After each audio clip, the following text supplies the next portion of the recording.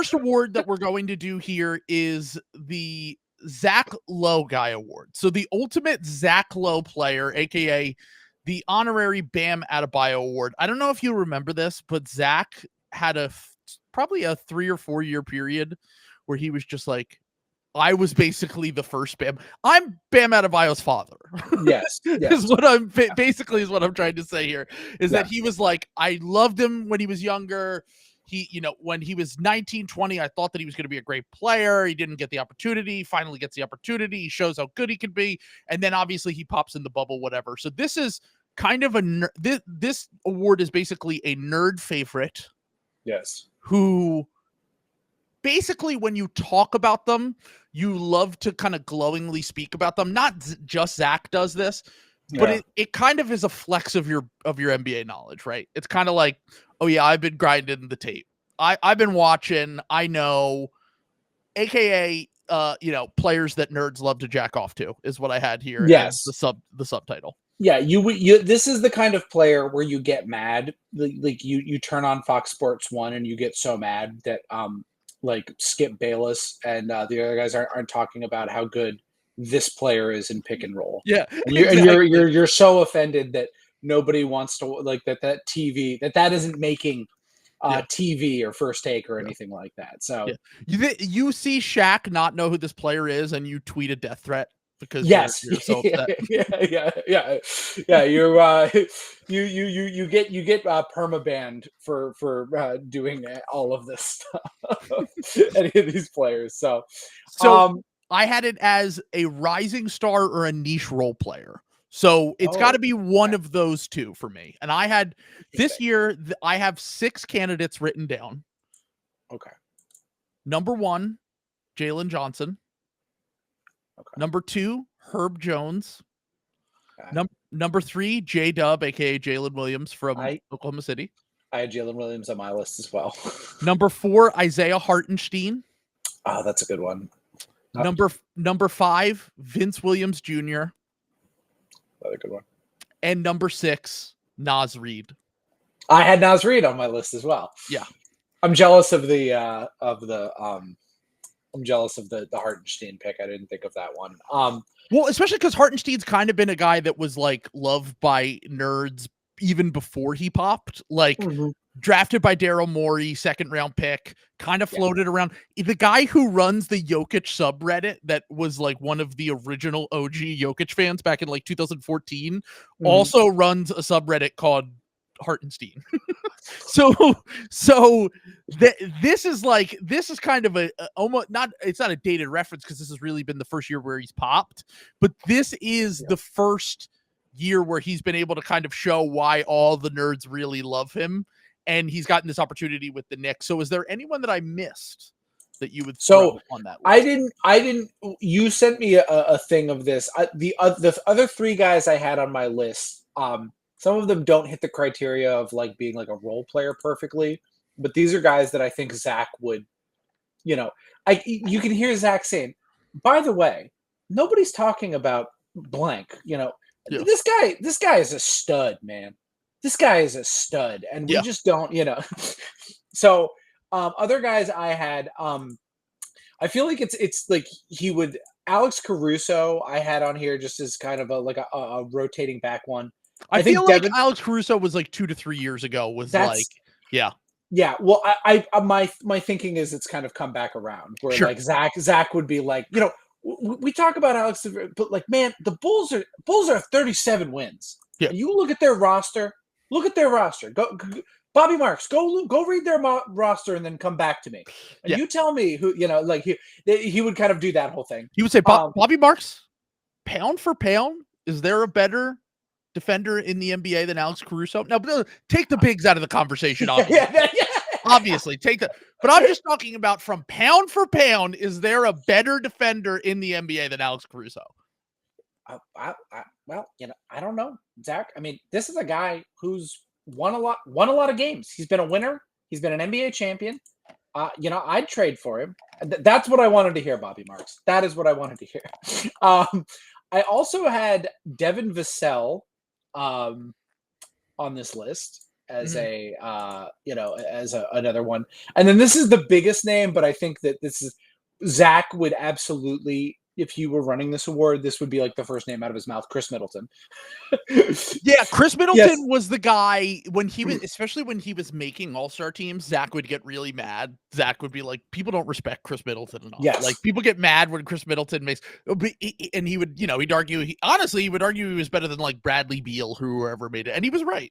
Chris Middleton probably was better than Bradley Beal the years that he was making it. But either way, I do see he's like, Middleton's like the king of like we don't respect how good he is. Yes. Yeah, exactly. Yeah. Like, yeah, I mean, we saw it. Like, we saw it in the finals, and they won a championship. He was the second best player on the team. I think he's gotten his flowers. He and Jalen Williams are like the Pokemon evolutions of each other. Sure. Yeah. Well, J-Dub is definitely the new kind of nerd favorite, where it's because he's actually very clearly made a leap into becoming like an actual top player in his second year, when he was kind of just like a trendy nerd favorite in his rookie season. And even in the draft, he was kind of a trendy nerd favorite guy. But so of the guys that we have listed here, who do we think wins? Let's see what chat thinks.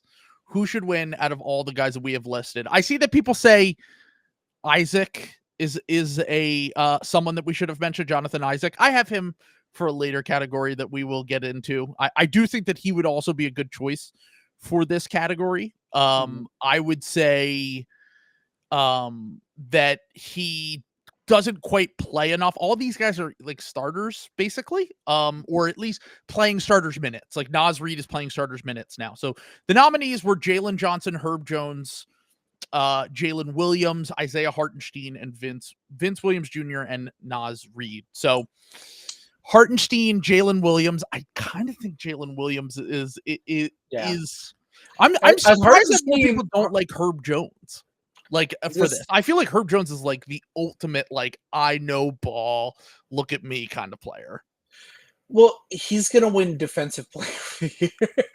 I mean, he's gonna get votes. I don't think he'll win, but no, he won't win. But like, he's gonna be like in the mix on some of that. And it's like Herb Jones is like also kind of. Herb Jones has a little bit of dog factor, you know what I'm saying? Like where he's kind of like a Marcus Smart isn't a perfect comp, but like old heads like Bill, kind of like Herb Jones guys, you know what I'm saying? Like where it's not a 1-to-1. I'm thinking about the Vorps and Schnorps perverts who like have 3 long like tweet threads about like, it's so sad that we don't always talk about how good Jalen Williams is at rebounding. And it's like, all right, awesome, man. Like, yeah, everyone loves that. I feel like Isaiah Hartenstein, it's got to be Hartenstein or Hartenstein Williams. Yes. And I don't know about that because let's talk through the candidacy, okay? Because Hartenstein, like, has kind of, he's like the nerd, like, he's like bounced around quite a bit. Thomas Robinson went down and the Knicks got better. Thomas Robinson went down. Or Thomas Robinson went down. Mitchell Robinson. Whatever. Oh, I didn't realize that. That's whatever. Yeah. I always thought he was a bust, to be honest. But yeah, you know what I mean. Mitchell Robinson went down, and I thought that because everything the Knicks did was predicated on rebounding, and I think they got better after they like got Hartenstein. So this is such a Zach thing too, where it's like it's Zach likes to be a little bit narrative driven, you know what I mean? Yes. Not quite as much as some other people. He doesn't need like a fairy tale story to vote for someone for MVP, for example. He'll just vote for the best player. But I do think that he definitely would buy into that. Like Mitchell Robinson goes down. Everyone was like, the Knicks might be cooked, whatever. They come in, and when they were somewhat healthy, they were a better team. They're way better when he's on the court. I think I'm going to go with, I think the argument here is that J-Dub might just be too good.